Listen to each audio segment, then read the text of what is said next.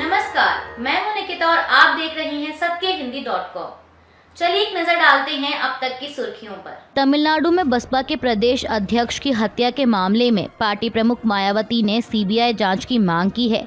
दरअसल मायावती अपनी पार्टी के नेता को श्रद्धांजलि देने आज चेन्नई पहुंची। इस दौरान उन्होंने कहा कि मैं राज्य सरकार और यहां के मुख्यमंत्री से ये कहना चाहूंगी कि उन्हें राज्य में कानून व्यवस्था पर ध्यान देना चाहिए और कमजोर वर्ग की सुरक्षा का ध्यान रखना बहुत जरूरी है। अगर सरकार गंभीर होती तो अपराधियों को गिरफ्तार कर लिया जाता, लेकिन अभी तक अपराधियों को नहीं पकड़ा गया है। इसलिए हम राज्य सरकार से यह चाहेंगे कि इस मामले को सीबीआई को सौंप दिया जाए। लोकसभा में विपक्ष के नेता राहुल गांधी ने हाथरस हादसे को लेकर यूपी के मुख्यमंत्री योगी आदित्यनाथ को एक पत्र लिखा है। राहुल गांधी ने इस पत्र के जरिए मुख्यमंत्री को पीड़ित परिवारों की समस्याएं बताई हैं और साथ ही मांग की है कि मुआवजे की राशि बढ़ाकर पीड़ित परिवार को जल्द से जल्द प्रदान की जाए। इस लेटर के साथ ही उन्होंने एक्स पर लिखा कि हाथरस में भगदड़ हादसे से प्रभावित पीड़ित परिवारों से मुलाकात कर उनका दुख महसूस कर और समस्याएं जानकर उत्तर प्रदेश के माननीय मुख्यमंत्री योगी आदित्यनाथ जी को पत्र के माध्यम से उनसे अवगत कराया। मुख्यमंत्री जी से मुआवजे की राशि को बढ़ाकर शोकाकुल परिवारों को जल्द से जल्द प्रदान करने का आग्रह किया। राहुल ने लिखा कि इस दुख की घड़ी में उन्हें हमारी सामूहिक संवेदना और सहायता की आवश्यकता है। कुलगाम मुठभेड़ पर जम्मू कश्मीर के डीजीपी आर स्वैन ने कहा कि पुष्टि के अनुसार तो अलग अलग मुठभेड़ स्थलों पर मुठभेड़ हुई है, 6 आतंकवादियों को मार गिराया गया है। निसंदेह यह सुरक्षा बलों के लिए एक बड़ी उपलब्धि है और ये सफलताएं सुरक्षा वातावरण को मजबूत करने में महत्वपूर्ण है।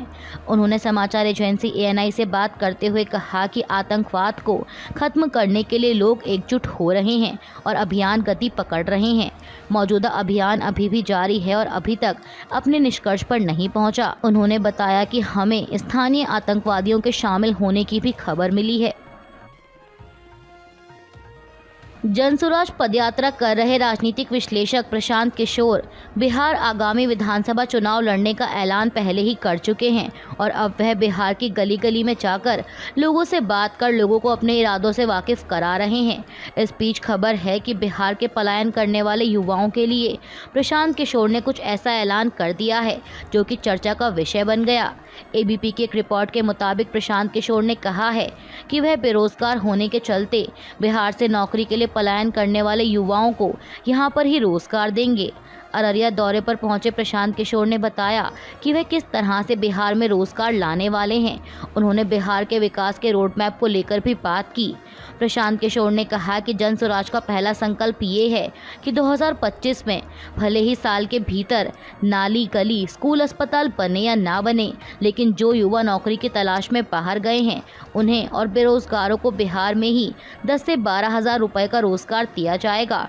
दूसरा संकल्प 15 साल से ऊपर की उम्र के बच्चों के लिए हर प्रखंड में कम से कम 5 विश्व स्तरीय स्कूल बनाना है।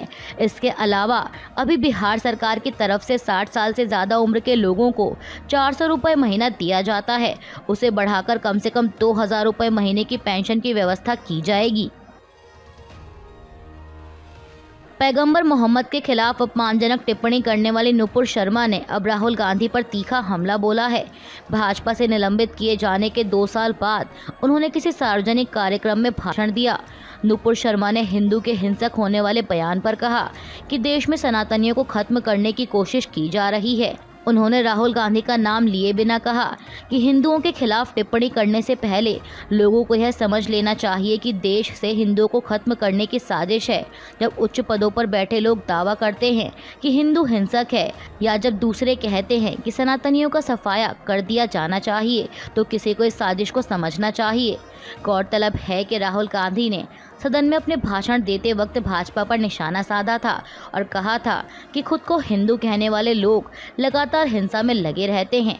अब उनके इसी बयान पर नुपुर शर्मा ने पलटवार किया है। पूर्व बीजेपी नेता ने इस दौरान आगे अपने उस विवादित बयान के बारे में भी बात की जिसकी वजह से वह पार्टी से निलंबित हैं।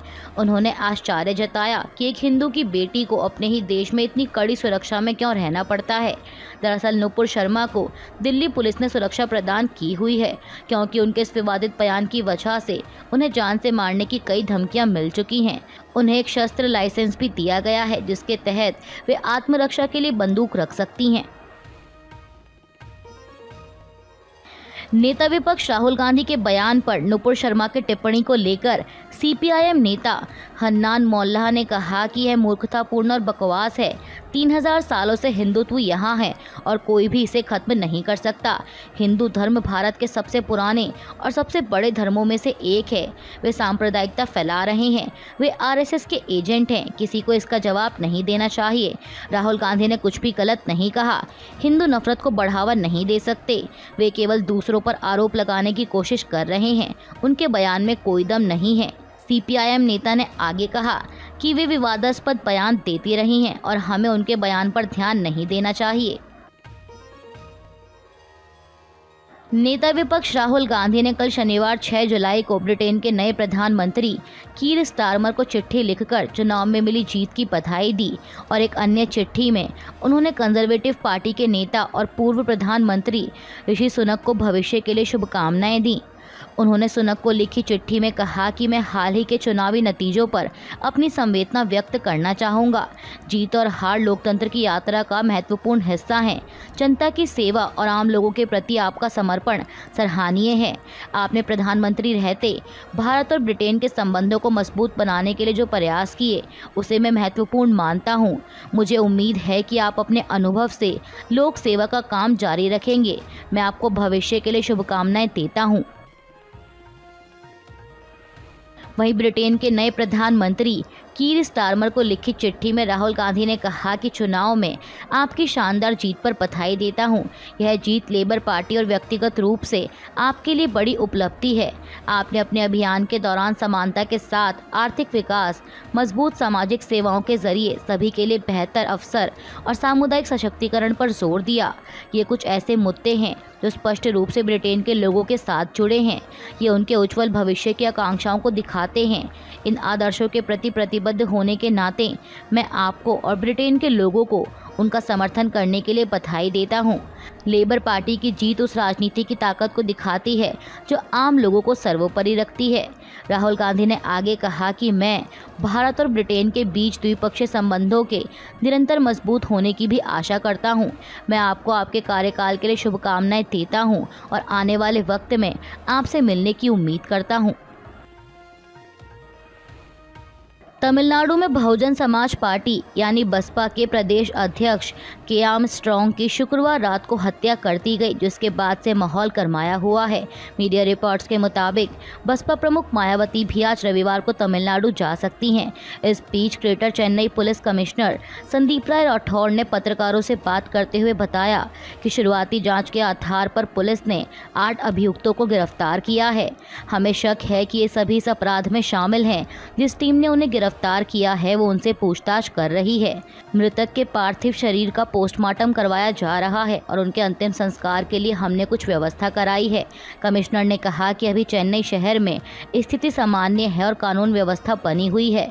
हम इस केस की तह तक पहुंचने के लिए सभी पहलुओं की जांच कर रहे हैं। दूसरे अभियुक्त जो इस अपराध में शामिल हैं उन्हें भी जल्द ही गिरफ्तार किया जाएगा। तमिलनाडु में बीएसपी के नेता की मौत पर पार्टी प्रमुख मायावती ने कहा कि तमिलनाडु में बसपा के कर्मठ एवं समर्पित नेता और स्टेट पार्टी यूनिट के अध्यक्ष के आर्मस्ट्रॉन्ग की उनके चेन्नई आवास के बाहर की गई जघन्य हत्या से पूरे समाज में दुख व आक्रोश की लहर है। सरकार को अविलंब सख्त और जरूरी कार्रवाई करनी चाहिए ताकि ऐसी घटनाओं को आगे रोका जा सके। वहीं कांग्रेस नेता राहुल गांधी ने कहा कि बसपा के तमिलनाडु प्रमुख के आर्मस्ट्रॉन्ग की क्रूर और घृणित हत्या से मुझे गहरा सदमा लगा है। मैं उनके परिवार, मित्रों और अनुयायियों के प्रति अपनी हार्दिक संवेदना व्यक्त करता हूं। तमिलनाडु कांग्रेस के नेता तमिलनाडु सरकार के साथ लगातार संपर्क में हैं और मुझे पूरा विश्वास है कि सरकार यह सुनिश्चित करेगी कि दोषियों को शीघ्र न्याय के कटघरे में लाया जाए। जम्मू कश्मीर के कुलगाम जिले के फ्रीसल चिन्नीगाम इलाके में आतंकवादियों और सुरक्षा बलों के बीच मुठभेड़ जारी है। समाचार एजेंसी ANI के मुताबिक कुलगाम में कल से चल रहे इस ऑपरेशन में 4 आतंकवादी मारे गए हैं और साथ ही मुठभेड़ में भारतीय सेना के 2 जवान भी शहीद हो गए। रक्षा अधिकारी ने बताया कि ऑपरेशन अभी भी जारी है। मिजोरम के मुख्यमंत्री लाल दुहोमा ने कल शनिवार को केंद्र से आग्रह किया कि वे पड़ोसी बांग्लादेश से आए शरणार्थियों को शरण देने के मामले में मिजोरम की स्थिति को समझें। नई दिल्ली में प्रधानमंत्री मोदी के साथ एक संक्षिप्त बैठक के दौरान लाल दुहोमा ने उन्हें बताया कि उनकी सरकार बांग्लादेश के चटगांव हिल ट्रैक्ट्स से जोजातीय लोगों को वापस नहीं भेज सकती या निर्वासित नहीं कर सकती।